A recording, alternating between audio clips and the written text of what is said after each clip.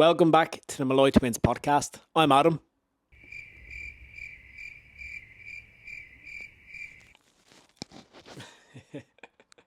Welcome back to the Molloy Twins podcast. And before we get into today's episode, I want to give a quick shout out to a close friend of the podcast and one of our sponsors for this season, Goal Barbers. Goal Barbers is a barbershop located in Bon Oak Shopping Centre in Clondalkin, and personally for me, I'm still in there every week or two to get a top up. The whole team are so welcoming, friendly and professional in what they do. They create a great atmosphere and a great environment in there to go in, get a fresh haircut and just forget about life. You know what it's like, lads especially. The barbershop is one place you can go just to kind of get away for a little bit, let all the concerns and stresses of the day fade away. Will you just sit there and let someone else make you look a little bit better?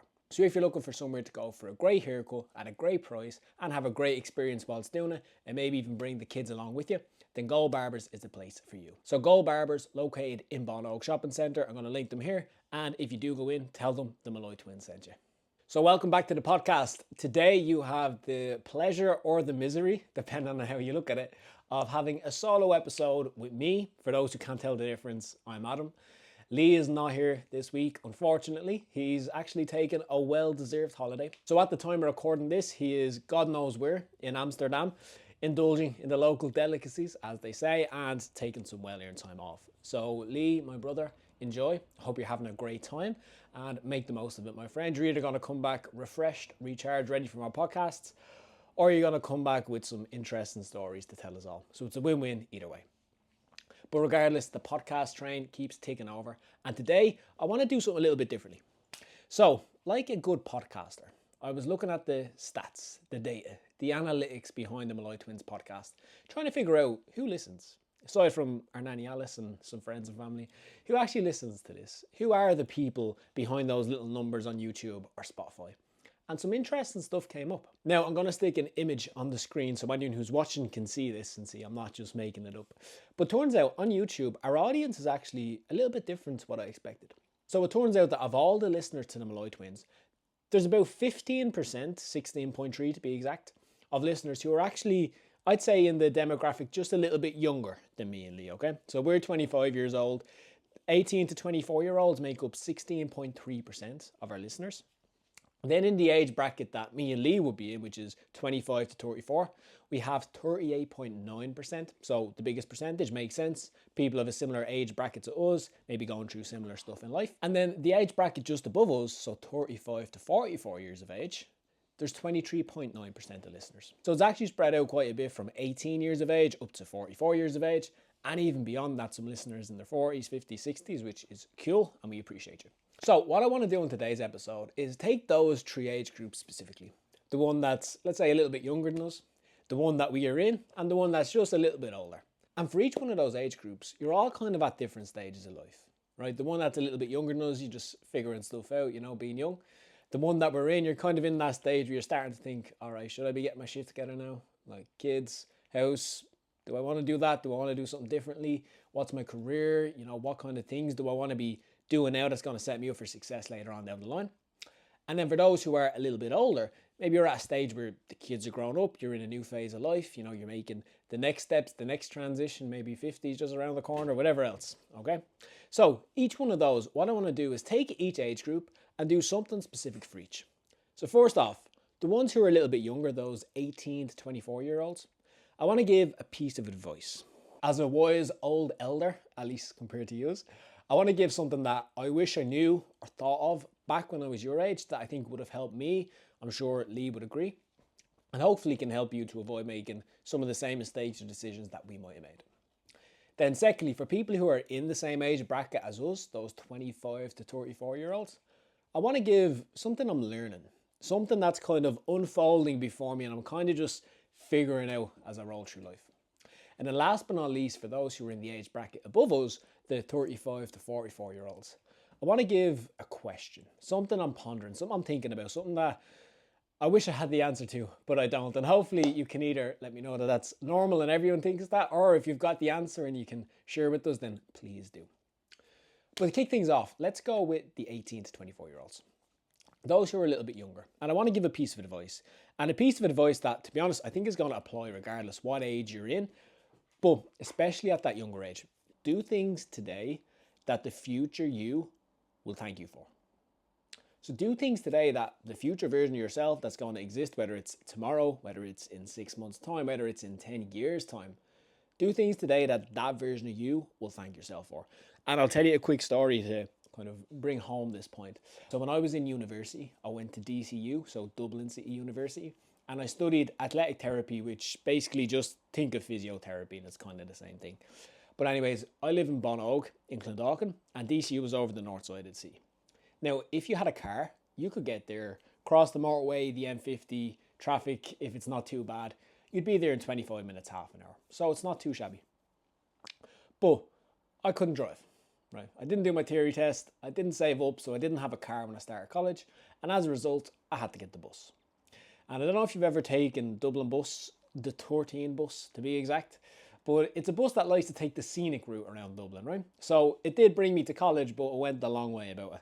And so it took me an hour and a half each way every single day getting in there. All right. Now, the odd time if my mom was feeling sorry for me, she'd drop me in and collect me. Thank you, mom. But for the most part, I was sitting on a bus, best case, an hour and a half in and an hour and a half back. And I was wasting so much time sitting on this bus. I tried to study on the bus. If you've ever tried to study on a 13 bus in Dublin, you'll know how it feels, right? It's an interesting social experiment in itself, just sitting down and listening to people on that bus. But regardless, it's not the best place to study. You can't do a whole load of productive stuff. And so I was just feeling like, man, if I could just drive, it would take me half an hour each way. I could get in and out, and then I'd have an extra 2 hours, right? Because it was an hour and a half in, an hour and a half out. So an extra 2 hours of my day that I could be doing all sorts of stuff with, right? So as it went, I eventually managed to say, you know what, let me save up, let me get a car, let me do my theory test, all that sort of stuff. Managed to get myself on the road. Now, on the flip side, if I had done my theory test sooner, had to start my driving lessons, had to start saving up to get a car ahead of time, it would have saved me so many hours sitting on that bus, getting in and getting home from college, and probably would have made the whole experience of university a whole lot better for me. So that's a quick example. Now, there's tons of others I could give. Another one actually that just comes to mind there is during my photo shoot prep. So when I was doing a photo shoot prep, I was doing loads of exercise and dieting, trying to get in shape for photos, etc. But one thing that really helped me during that was every night, before I'd go to bed, I'd try to leave as much as I could done or ready so that in the morning when I got out of bed, I didn't have to worry about or think about too much. So an example of that could be, let's say I know in the morning I'm going to get up and go for a walk. It's part of my daily routine. Get up and do your walk early, get some steps in. So what I do is leave my jacket out, leave the runners out, right? Leave the clothes that I'm going to wear out at the end of the bed, etc. So in the morning, I didn't have to think about what will I wear, where's my coat, what runners. It was there, it was done. All I had to do was get up, get dressed and go. And in those mornings when it's cold and it's rainy and the last thing you want to do is go for a walk, you'll find any excuse you can not to do it. So the fact that I basically laid everything out so there was nothing left to do, no thinking involved, just get up and go, meant it was a lot easier for me just to go and get it done. Right? Now, they're very simple examples. But I'm telling you now, there's going to be tons of opportunities day in, day out for you just to do something, even if it's one thing today, that the future version of you will thank yourself for. And it could be as simple as your study, right? If you're still in school or maybe you're in university, it's like you get a project or an assignment or something you need to do. It's not due for another 2 weeks. You're like, you know what? It's not due for another 14 days. So it means I don't even have to think about it for at least another 12. Don't do that to yourself. Do things today that the future version of you will thank yourself for. All right, so that's my advice. Next thing then is for people who are in me and Lee's age bracket, the 25 to 34-year-olds of the world who are starting to figure things out and starting to realize, hey, you know what? None of us really know what we're doing. We're all just kind of figuring it out as we go. And something that I'm learning, something that's really came true for me and something I've really accepted, let's say over the last little while, is just how important in life relationships are. Relationships really are everything. Because I would have been a very stubborn, I'll do it myself, try to be so independent sort of person. And I would have hated to ask for help. I would have hated to lean into relationships. I felt like they weren't worth the time. They weren't the investment. If you want to get it done right. You're best off doing it yourself, etc. kind of mindset. And it's something that, to be honest, I had to learn the hard way, is that relationships really are the most important thing in life. The relationship with me and Lee, for example, right? This whole podcast is built off that. if I didn't invest in that relationship, similarly, if Lee didn't invest in that relationship, if we didn't connect, if we didn't share the ups and downs, the good times and bad times together, there'd be no Molloy Twins podcast. So whether it's relationships with friends, with family, with spouses, with partners, I think as you get older, you just realize here, do you know what? At the end of the day, money's cool, status is cool, cars, all that sort of stuff sounds great. But it's really the people you're surrounded with that make the difference. That's really what gives life its fullness or its emptiness, right? They say, like, what's the point of being a millionaire with all the cars and a big mansion and all this cool stuff to show off, but no one to share it with? So I think as I'm getting older, I'm just realizing more and more how important relationships are and how important it is, I'll share this for me, but for you listening as well, to invest in those relationships. And I'm not saying you have to spend every second of every day texting your friends and telling them you love them or anything, but a little bit goes a long way. And sometimes relationships can be a little bit of a give and take. There's probably going to be phases in any relationship where it feels like you're giving more than you're getting back. And maybe that's because the other person's going through something. And they need someone to be there for them. And you're the friend or you're the partner or you're the person who they have to lean on during those times. But on the flip side, unfortunately, there's probably going to come a time in life when you're the one who needs someone there. And it's those things that we do, those shared experiences we have together, that really build relationships and make them strong and stable. And I think as we get older, especially in today's world, you're probably going to see that the real rich people, you know, the ones who actually have it together, aren't the ones who have the most money or aren't the ones who have the biggest bank accounts. It's the ones who have the strongest relationships, the strongest connections, and the strongest circle of people around them. They're going to be the ones that everyone will really look at and be like, yeah, you know what, I wish I had that. And now I suppose whilst you're still young, you know, you still have juice in the tank, now's the time to do it, to invest in them, to set those foundations. And actually, I'll tell you this thing when it comes to relationships that hit me like a ton of bricks. Okay, I was watching a movie called Bigger, Faster, Stronger. Don't know if you've ever seen it.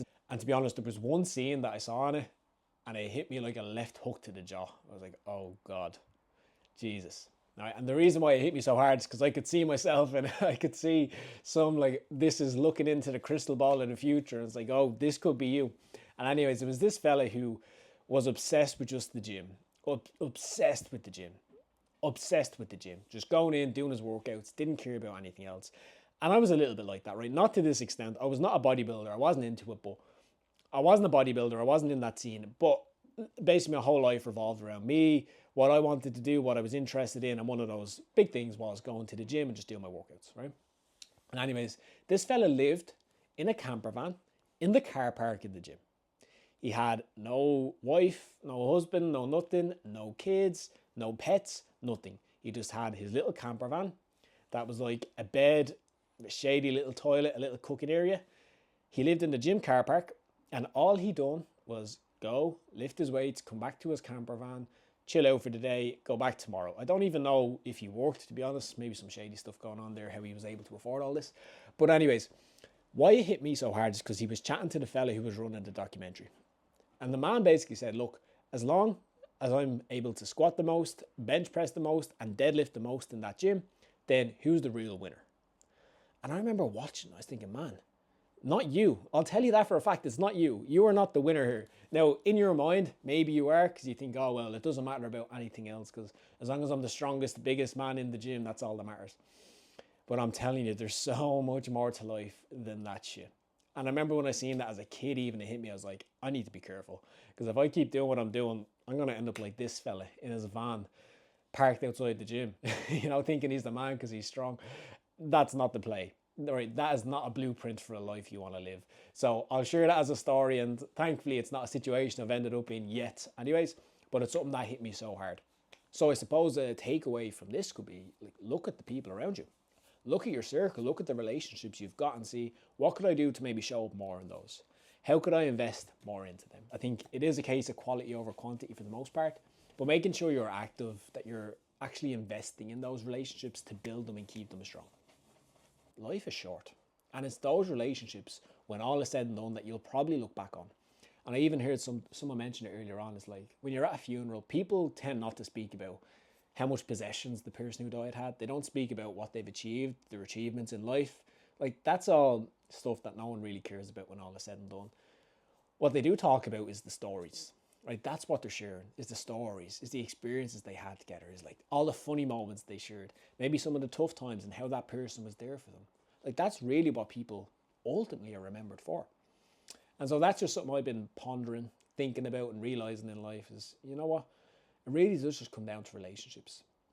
And the more better relationships you have, the stronger that they are, generally the happier you'll be in life. Okay, last but not least then, and the final thing I want to touch on is something I'm thinking about, something I'm pondering, trying to figure out. And it's something me and Lee speak about quite a bit. So hopefully if anyone has figured out the answer, you can share it with us in the comments. But it's more of a question than anything else I've got at this stage. And it's, do you ever hit a stage in life where you feel like you've got things together? Like, is there ever a moment where you feel like, yeah, you know what? I figured this out. It's all good. I understand it now. Because I was sure as a kid, growing up, sitting there sipping on some blackcurrant or apple juice, watching the adults all sit at the adults table, have their conversations. I remember just sitting back thinking, you know what? When I'm an adult, I'll have it all figured out. I'll have it together. I'll know what I'm doing, what I want to do for the rest of my life. You know, I'll have family all sorted. Finances will be cool. I'll have my interests, my hobbies, my friend group, my social life. Everything will be perfect. It'll be good. I'll figure it out. And now that I'm in that adult position, I'm starting to realize, and from chatting to other adults, I'm starting to realize nobody has it figured out. Nobody has all the answers. You know, everyone who I meet pretty much says, I'm still just kind of winging it and figuring it out as I go. And so it's something that I think as a kid, you just kind of assume I'll find the answers. Like it will hit me, right? One day I'll wake up and I'll just know exactly what I want to do with my life. I'll know what my dream job is. I'll have everything figured out and life will be rosy. And I'm sure for some people there is that real clarity. But I think for most, and I'll put myself, and I know I can put Lee, I'll speak for him in this bucket, is like, we're still trying to figure it out. Now, we still don't have the answers. Still don't know what the 50-year vision is, you know, where we want to be, any of that sort of stuff. And so it's something that does play in our minds a little bit. Stuff we speak about quite a lot. It's like, will it ever make sense? Is there just one answer? Is there a right answer to this? Or is it a case of like, that's life? Life is exploring this question. It's like, that's the single purpose. What do you want to do with your life? And then everything that precedes your death is just trying to figure out, is it this, is it that? And it's more of an adventure. It's something you explore and you lean into and you learn stuff the right way, the wrong way, the hard way, the easy way. You know, you try out lots of different stuff and eventually you might stumble upon your zone of genius or the thing that was destined for you. But you don't just wake up one morning and it hits you like a light bulb moment. It's through getting out into the world and exploring and trying and failing and figuring it out and taking your bumps and bruises as they come along. That's the real meaning of life in itself. So again, if anyone has the answers to these things, if you agree, let us know. Or if you disagree and you're like, Adam, actually, you just like ask ChatGPT and it will tell you, then let me know that too, because that'd be helpful. But that's it for today's episode. Those are my 3 things that I've either wanted to share, some wisdom, let's say, to pass back, some stuff I'm figuring out and learning as I go throughout this thing we call life. And then one thing that I'm still questioning. And then one thing that I'm still thinking about. I'm still wondering, I haven't quite figured out just yet. And I don't even know if we'll ever figure it out. But if I can just pose the question and maybe someone can enlighten us or share with us, then that would be helpful too. As always, thank you so much for your support. Honestly, it means so much. And I do have one quick thing to ask as a favour from the Molloy Twins and Adam Molloy specifically before we wrap up today's episode. And it's, if you're watching this on YouTube, or if you're not, you're on Spotify, but you have 30 seconds free and have a YouTube account, please help us out. We're trying to build our subscribers on YouTube. Now, I want to just clear something up because I know when you press or see a button that says subscribe, straight away you might think, if I press that button, do I have to pay something here? Or like, is there a financial thing involved in this? I don't want to be part of a subscription service, etc. There's nothing like that. Basically, on YouTube, you can think of a subscriber like a follower on Instagram. Okay? And the more subscribers that your channel has, the more opportunities you have to basically make money from YouTube, from ads, from marketing, stuff like that. So it helps us out massively if we can grow a number of subscribers. It means that we can move our channel towards monetization or just towards growing so that we're able to attract bigger, better guests so you don't just have to listen to me, Lee, and Franco sometimes ramble on here. All right? So if you could please do us a quick favor and just press that subscribe button. Honestly, it would help us out massively. It would mean the world to us, and we also get a little notification, a little email when somebody subscribes, so we'll know exactly who you are and we can send you a message and say thank you. All right, that's it for today's episode. Next week, we'll be back, the two of us, with some exciting changes, some new stuff coming up, which we're Really looking forward to sharing with you. We've got some wheels in motion on some things we've been working on behind the scenes, and it's pretty much more or less good to go. So keep your eyes peeled for that. In the meantime, look after yourselves, stay safe, and wishing you all the best.